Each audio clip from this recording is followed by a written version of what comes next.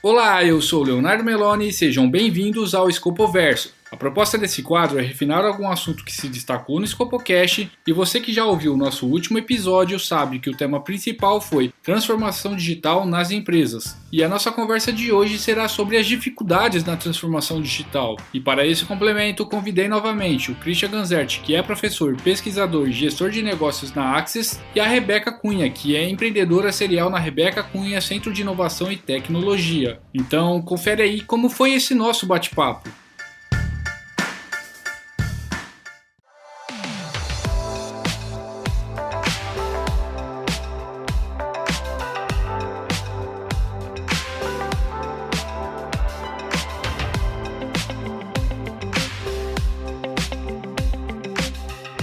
Bom, pessoal, sejam bem-vindos novamente. Obrigado, Christian. Muito obrigado pelo convite, Leonardo, Rebeca, muito obrigado por estar aqui com a gente. Valeu, Rebeca, pela participação novamente. Obrigada, Léo. Obrigada, Christian. Vamos lá. Bom, pessoal, a gente deu uma pincelada ali no primeiro episódio, né, falando um pouco ali das dificuldades que vocês sentiram já em algumas empresas com a transformação digital. E nesse episódio eu gostaria de falar um pouquinho mais, né, sobre essas dificuldades que vocês têm passado. E eu queria ouvir um pouquinho de vocês. Quais são as maiores que vocês já passaram? Quais as dificuldades realmente na transformação digital nas empresas? Se existe muito essa briga com empresas tradicionais, familiares, com os próprios colaboradores que têm a cabeça um pouco mais fechada. Enfim, Rebeca, se você puder falar um pouquinho das dificuldades que você já passou. A primeira coisa da parte de dificuldade, Léo, olha, é a inconsistência das informações. Porque existe a versão que você ouve do fundador, existe a versão que você ouve do gestor e existe a versão que você ouve do colaborador. Quando você olha de cima para baixo, existem boas práticas em maiorias e direcionamento de ferramentas que precisam ser utilizadas. Só que até chegar na ponta, até chegar em quem está realmente no operacional, já está todo mundo desvirtuado e um usa uma coisa, outro fala outra coisa. Então, a inconsistência de informações é, assim, uma dificuldade principal quando você está fazendo a consultoria em alguma pequena empresa ou média empresa. Além da parte de dificuldade das informações, né, que não são tão fidedignas de um lugar e de outro, a parte da liderança mais antiga. Então, existem alguns locais que a gente chega que a liderança ela não está tão adepta ao novo. Meio que o dono da empresa, a dona da empresa chegou e falou, a gente precisa mudar, vamos fazer alguma coisa, vamos colocar um sistema, e aí contrata consultoria e ninguém sabe direito o que está acontecendo, e a liderança acaba encarando isso como se não fosse uma coisa positiva, como se fosse uma coisa negativa, e aí existe essa dificuldade também. Como a liderança precisa estar aderente para que as outras pessoas também estejam aderentes. Então, fica aí o desafio na mesa, né, para poder driblar essa situação. A parte financeira é um fator que conta, né, mas ela costuma pegar mais um pouco à frente. Depois do mapeamento, quando você começa ali na parte já de sugestões e melhorias que precisam ser aplicadas, o fator financeiro vira uma dificuldade em alguns locais, não em todos, mas isso vem um pouco depois. Então, são essas as principais dificuldades que eu já enfrentei nessa parte de transformação digital. Muito bom. E você, Christian, já teve dificuldades na hora de implementar a transformação digital? Todos os dias de todos os projetos. Dificuldade é o cenário comum em qualquer tipo de projeto que vai lidar com isso dentro da organização. E você precisa lidar com cultura, né? Como a própria Rebeca já ilustrou, usualmente a gente está falando com gestores que deveriam ser os sponsors, deveriam ser os responsáveis pelo patrocínio do projeto. Patrocínio, para trocar na linguagem mais coloquial, é o cara que vai dar o pedala naquele funcionário que travar o projeto, né? O gestor que eventualmente não gostou do projeto, que vai gerar algum tipo de empecilho para rodar o projeto.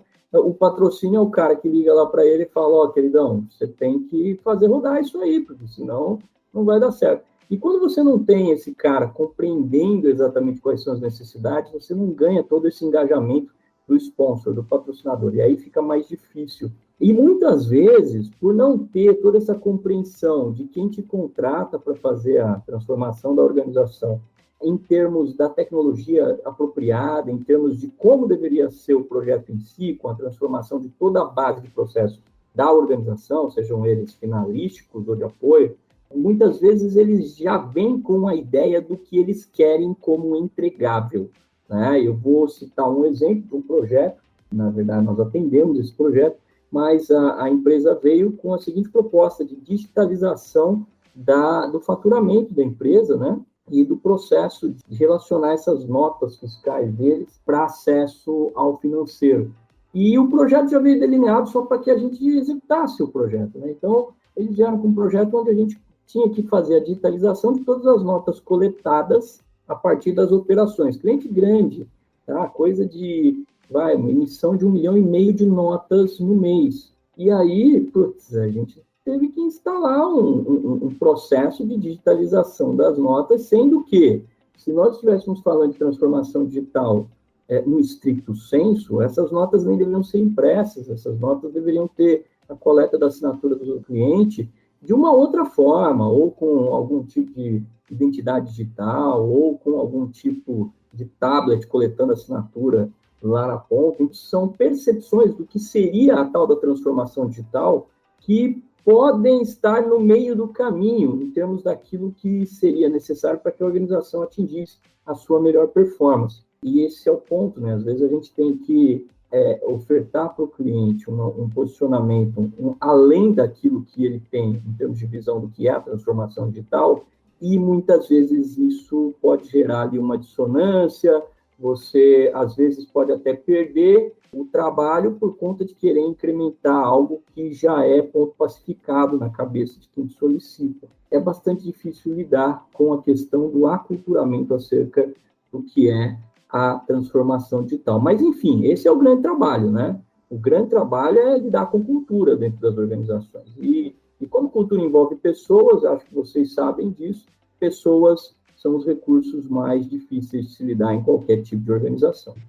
Mas nesse caso, né, você até deu um exemplo aí de um caso onde realmente é bem complexo até para poder driblar, né, essa dificuldade. Existe algum processo ou metodologia, alguma forma que ajuda nesse caso das dificuldades? O que fazer de fato, né? Ou isso é caso a caso também?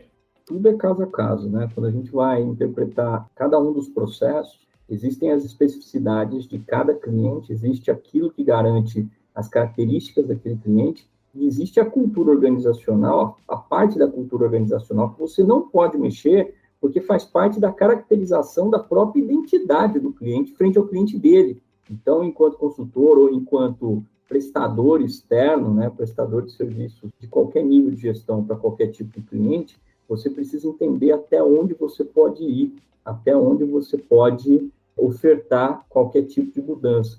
Quando eu comecei como consultor, eu era um pouquinho mais jovem, eu tive um gerente que virou para mim e falou assim, olha, cara, o consultor ele precisa ter a malemolência de conseguir entender até onde ele pode ir, até onde ele pode ofertar.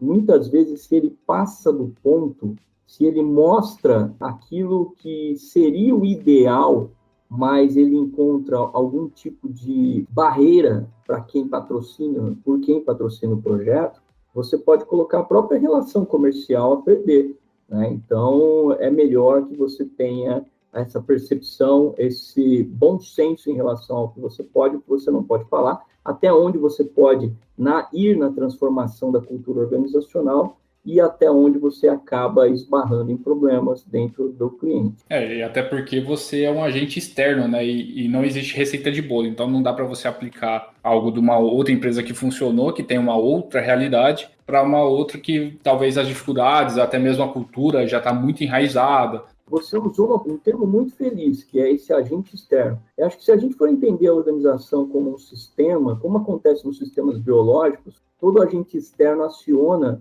algum tipo de defesa, algum tipo de imunidade. Então, só de você estar trabalhando com os processos da empresa, você já vai encontrar algum tipo de oposição por conta de gente que está já sedimentado numa posição, que já tem ali a sua região de conforto e vai brigar para que as coisas continuem como estão, para que sejam garantidas as posições de poder que já existem dentro da organização. Isso é absolutamente típico. Então, quando você vai trabalhar com gestão cultural e com transformação em qualquer nível, seja no nível digital, em qualquer outro que venha a impactar os posicionamentos dos funcionários dentro da organização, você naturalmente vai encontrar algum tipo de desafio. Muito bom. E, Rebeca, você acabou mencionando também que uma das dificuldades às vezes, acaba acontecendo ser o financeiro, né? Como que são estimados os custos versus os benefícios na transformação digital? Como que vocês fazem esse tipo de avaliação, até mesmo na hora de passar isso para o cliente de vocês ou a empresa que vocês atuam? Normalmente, no processo de mapeamento, a gente já começa a conversar sobre questões financeiras. Então, normalmente, quando a empresa chega, ela já sabe mais ou menos o que ela quer, ela não tem conhecimento total daquilo, mas ela sabe o resultado esperado. E ela já tem ali um valor direcionado para poder investir nesse processo de transformação. Falando aí de pequenas e médias empresas. Normalmente, ele já tem um teto, né, um limite do que pode ser feito, do que pode ser investido. Então, como que a gente faz para poder adequar essa realidade? Analisando os riscos, o nível de maturidade da empresa e, associado a isso, pensar em ferramentas que possam entrar no escopo, que atendam, né, as áreas que precisam ser modificadas e que esteja de acordo com o orçamento da empresa. Aí acontece, muitas vezes, de que o investimento precisa ser um pouco maior agora, na fase atual, para que haja uma coleta, né, melhor e maior, para que haja um faturamento, um crescimento a médio e longo prazo. Nem todas as empresas estão dispostas a fazer isso, então aí a gente encontra uma barreira também, mas as que estão dispostas, né, o que elas fazem? Elas fazem uma análise para realmente pegar ali e colocar valores na ponta do lápis e pensar como que fica isso a longo prazo. As iniciativas que vão ser feitas agora, né, as melhorias que a gente está começando a plantar, quanto que custa isso nos próximos 2 anos, 3 anos? Quanto que custa isso nos próximos 6 meses? E o que acontece com a gente após esse período? Né? Então, existe muito aquela análise que a gente faz sobre o custo-benefício, mas muito associado ao que a empresa consegue arcar e como que vai estar o comportamento dela daqui a um tempo. Claro que não dá para a gente adivinhar se a empresa vai realmente ou não atingir aquilo que foi planejado, mas existem maneiras, né, e mecanismos que a gente utiliza para guiar a empresa para que ela consiga, pelo menos, seguir um passo a passo aí, para tentar não desviar tanto do roteiro. Só que ainda a análise de custo-benefício ela é muito incipiente se você estiver falando de uma empresa que é extremamente tradicional. Porque, como a gente já falou várias vezes, pessoas estão no meio do processo e você não consegue prever aí comportamentos das pessoas, você consegue prever as tendências de mercado associadas a comportamento. Então, existem vários fatores, a gente faz uma análise, a gente consegue fazer alguns cálculos, só que eles não são totalmente garantidos a longo prazo, né? Precisa ter acompanhamento ali mensal, quinzenal, para ver a evolução de cada setor e ver se está de acordo com a proposta inicial. O maior desafio é se manter alinhado ao propósito, que a pessoa não vá se desviar ali no meio do caminho e, às vezes, pegar um atalho e não utilizar a ferramenta ou as propostas que foram feitas da maneira adequada. Então, é o desafio pessoas novamente. Em projetos, Rebeca, a gente tem muito a questão daquela tríade de qualidade, está muito ligado ao escopo, custo e prazo, né? E o tempo. Na transformação digital, no seu ponto de vista, também funciona dessa forma? Ela está diretamente ligado a esses 3 fatores? Depende da empresa, depende da realidade das pessoas que vão estar aí ligadas ao processo. Pode ser uma abordagem, mas não necessariamente vai funcionar dessa forma. É até engraçado falar disso, né? Mas realmente depende. Vai depender muito da realidade da empresa e como que está alinhado as pessoas a cumprirem o planejamento. Então, pode ser que a gente consiga fazer essa abordagem, mas nem sempre funciona.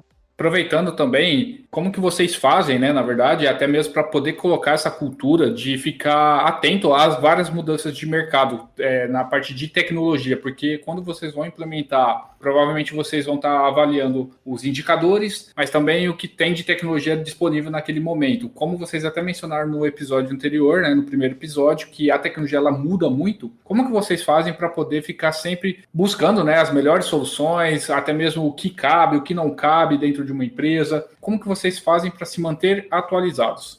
Dentro da nossa empresa, a gente tem as pessoas que atuam na curadoria digital. Então, nós temos ali pelo menos 3 a 4 pessoas que ficam sempre de olho na tendência, né, nas tendências de mercado. Claro que você não vai conseguir saber de todas, mas a gente tem esse modelo de curadoria digital para todos os projetos que a gente pega. Porque a curadoria digital ela vai estar muito direcionada a uma área em específico, e isso já faz com que a gente entre em contato com novas possibilidades e novas tendências de mercado, mas sempre as pessoas que estão associadas ao projeto vão estar se atualizando de alguma forma. O setor que a gente criou de curadoria digital já é uma coisa que facilita para que a gente esteja aí antenado com as tendências. Se você estiver falando agora de uma pessoa convencional, um colaborador, um líder, como ele pode se atualizar nesse sentido, aí ele tem que sempre pensar na educação continuada. Ele tem que buscar, de alguma forma, estar se atualizando.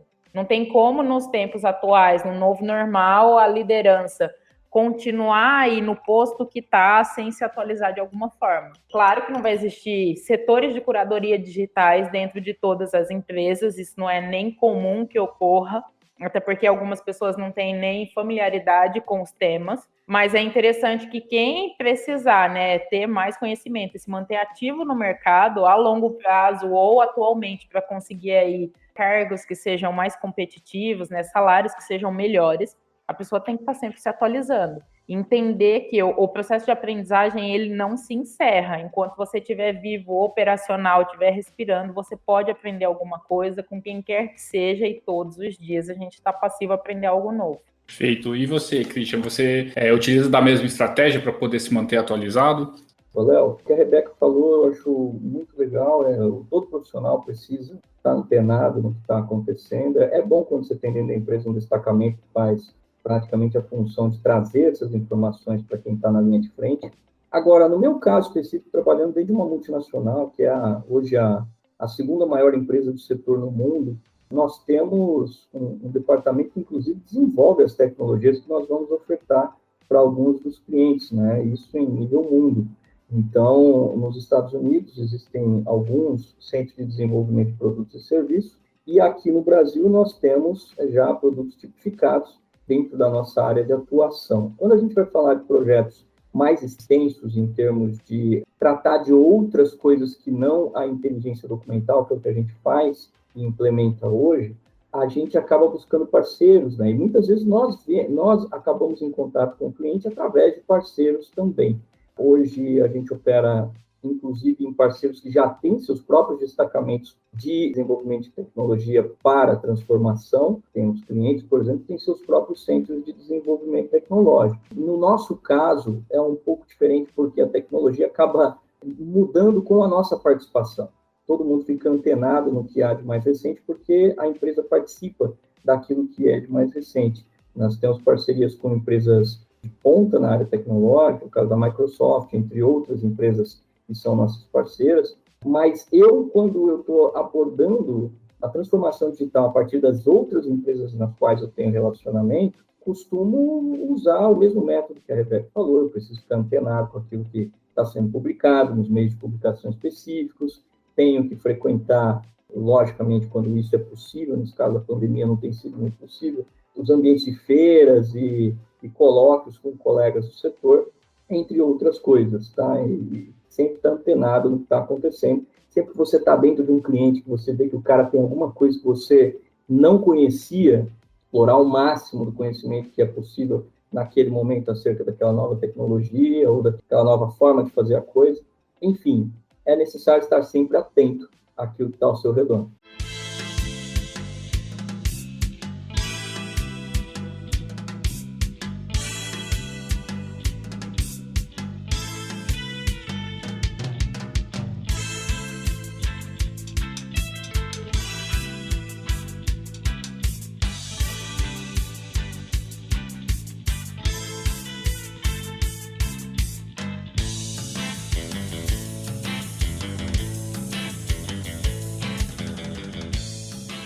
Você até comentou, Christian, de um exemplo que você passou, né, na verdade, por uma dificuldade na implementação da transformação digital, das notas fiscais e tudo mais, e ali acabou exigindo, talvez, até um soft skills de negociação, né? Você ter ali uma certa habilidade. Quais habilidades e soft skills vocês enxergam que são necessários para poder atuar como um consultor ou até mesmo atuar com a transformação digital?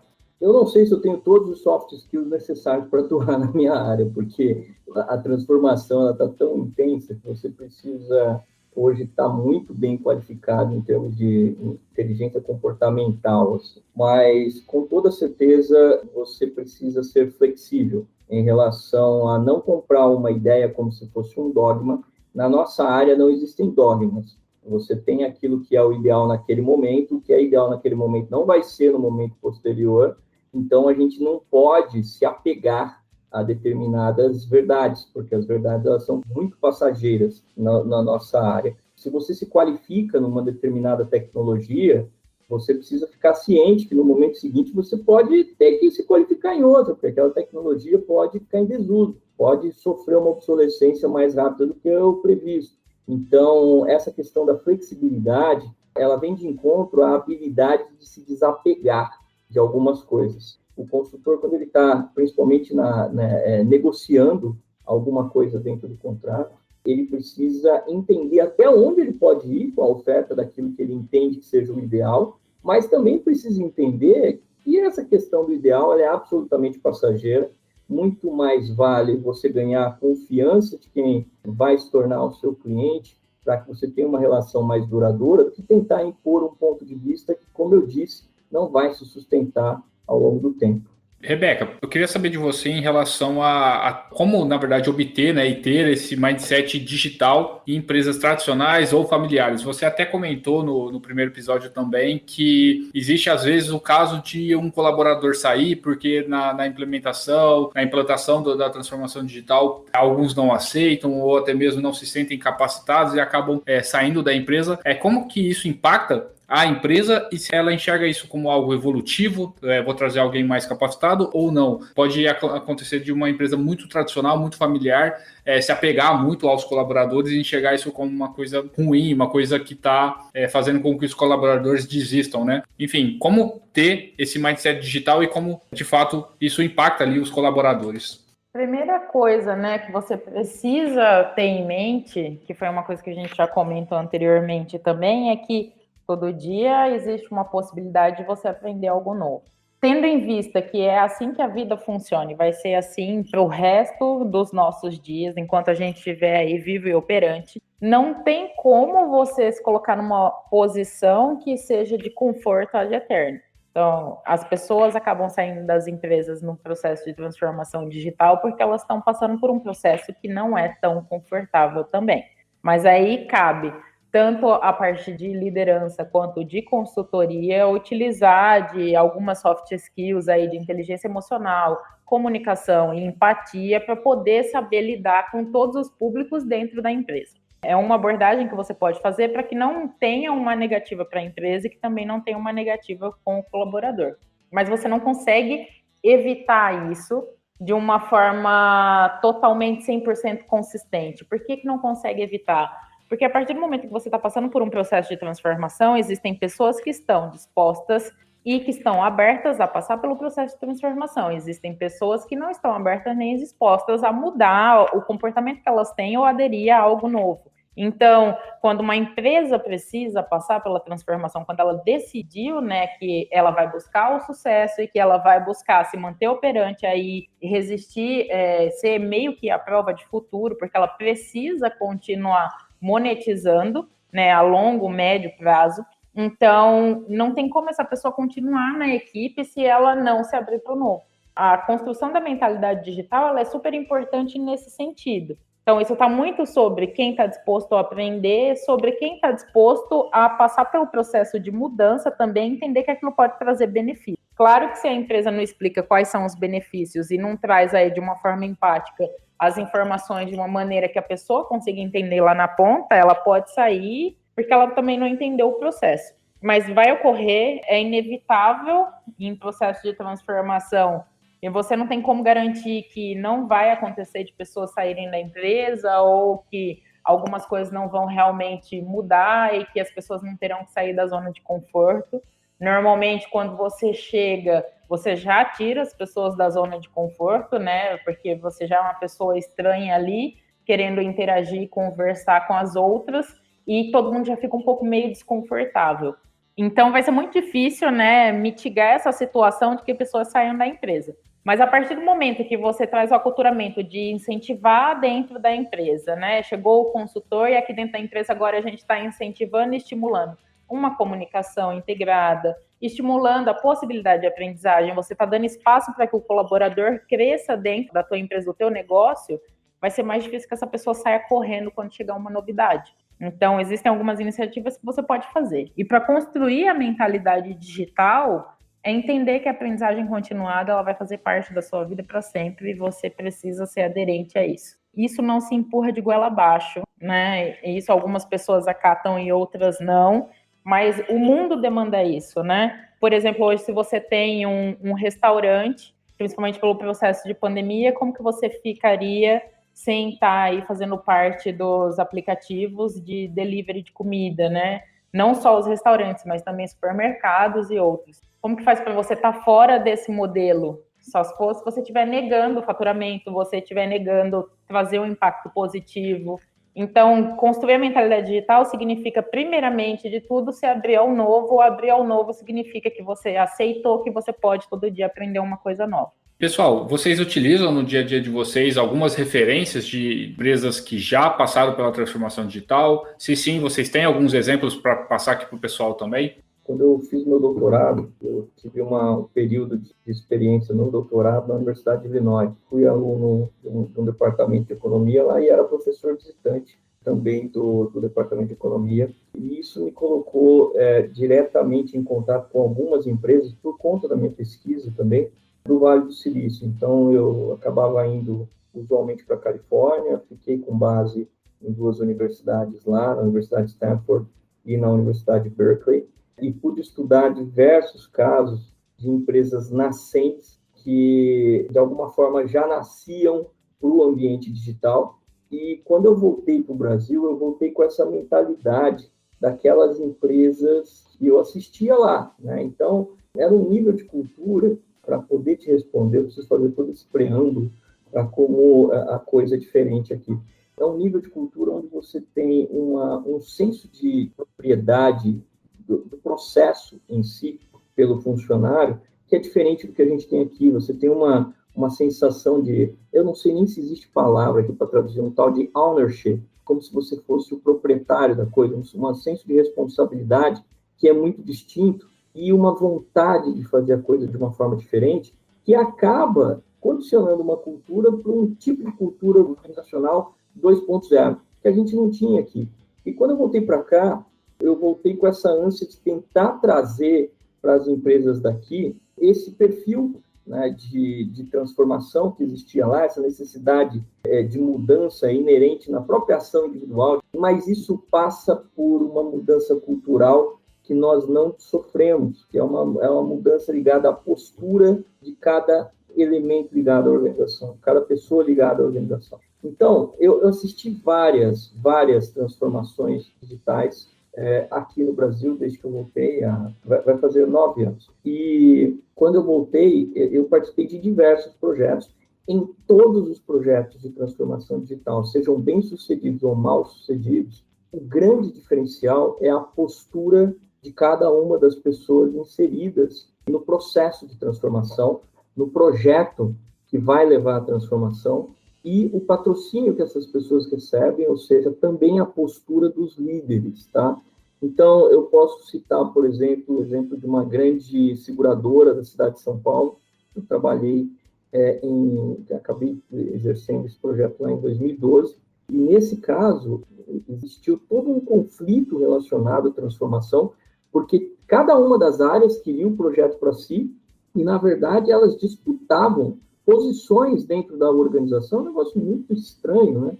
Uma organização que deveria estar alinhada com o objetivo principal, as áreas disputavam de quem seria o projeto e quem iria tipificar o projeto e a instituição dos novos meios digitais para automação e execução e controle dos processos. Ou seja, o resultado, como vocês já podem prever, não foi o melhor possível, porque muita coisa teve que ser deixada para trás, porque não chegava-se a um consenso de como as coisas deveriam acontecer, as áreas acabavam querendo ter mais relevância que outras no domínio dos dados, no domínio do processo em si, no controle de cada um dos indicadores, infelizmente, nós não tínhamos um sponsor muito bem orientado em relação à política organizacional, né? Então, o que aconteceu foi que, né, deu certo em termos, parcialmente deu certo, mas exemplos bem-sucedidos também são vários. Eu pude participar também de projetos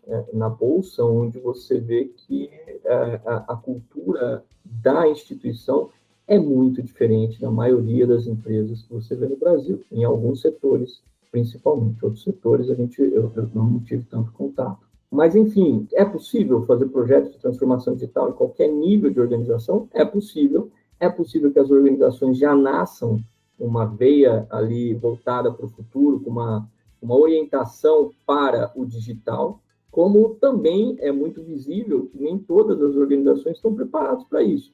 Muitas das organizações ainda têm que fazer a lição de casa em termos de modificar a percepção que seus próprios recursos humanos têm daquilo que é a finalidade da organização e qual é seu papel dentro da organização na transformação que deve ocorrer diariamente.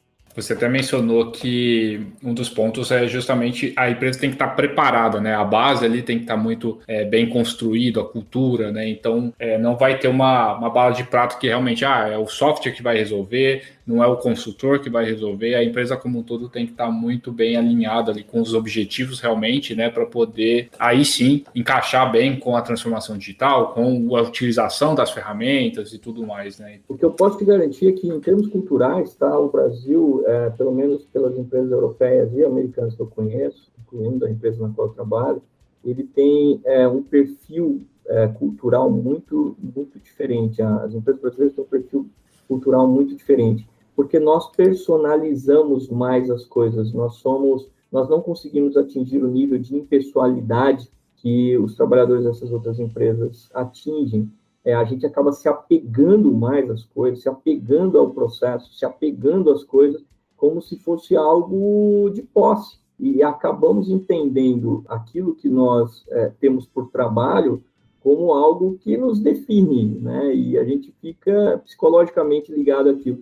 Então, a mudança é muito difícil no Brasil. O brasileiro é um dos povos mais avessos ao risco e, por conta disso, mais avesso à mudança, né? Porque mudar, muitas vezes, significa se arriscar a algo que você não conhece. Eu citei esse exemplo dos Estados Unidos, que foi uma percepção que eu fui construindo ao longo da carreira, de que como as coisas eram mais simples para se lidar nas empresas com as quais eu me deparei lá fora, por conta de que não existe toda essa personificação do trabalho que a gente tem aqui no Brasil. Bom, pessoal, quero agradecer novamente a participação de vocês aqui.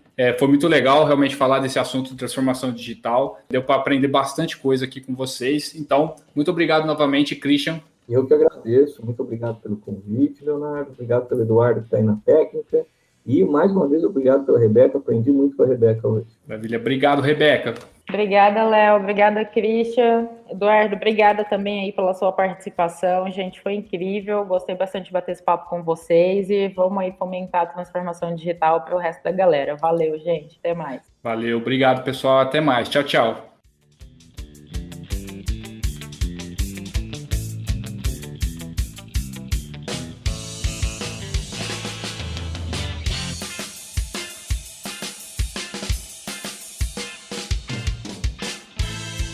Pessoal, lembrando que no scopocast.com.br você encontra, além desse episódio, um glossário com termos e palavras utilizadas nessa conversa. Aproveite e nos sigam nas redes sociais, @scopocast no Facebook e Instagram.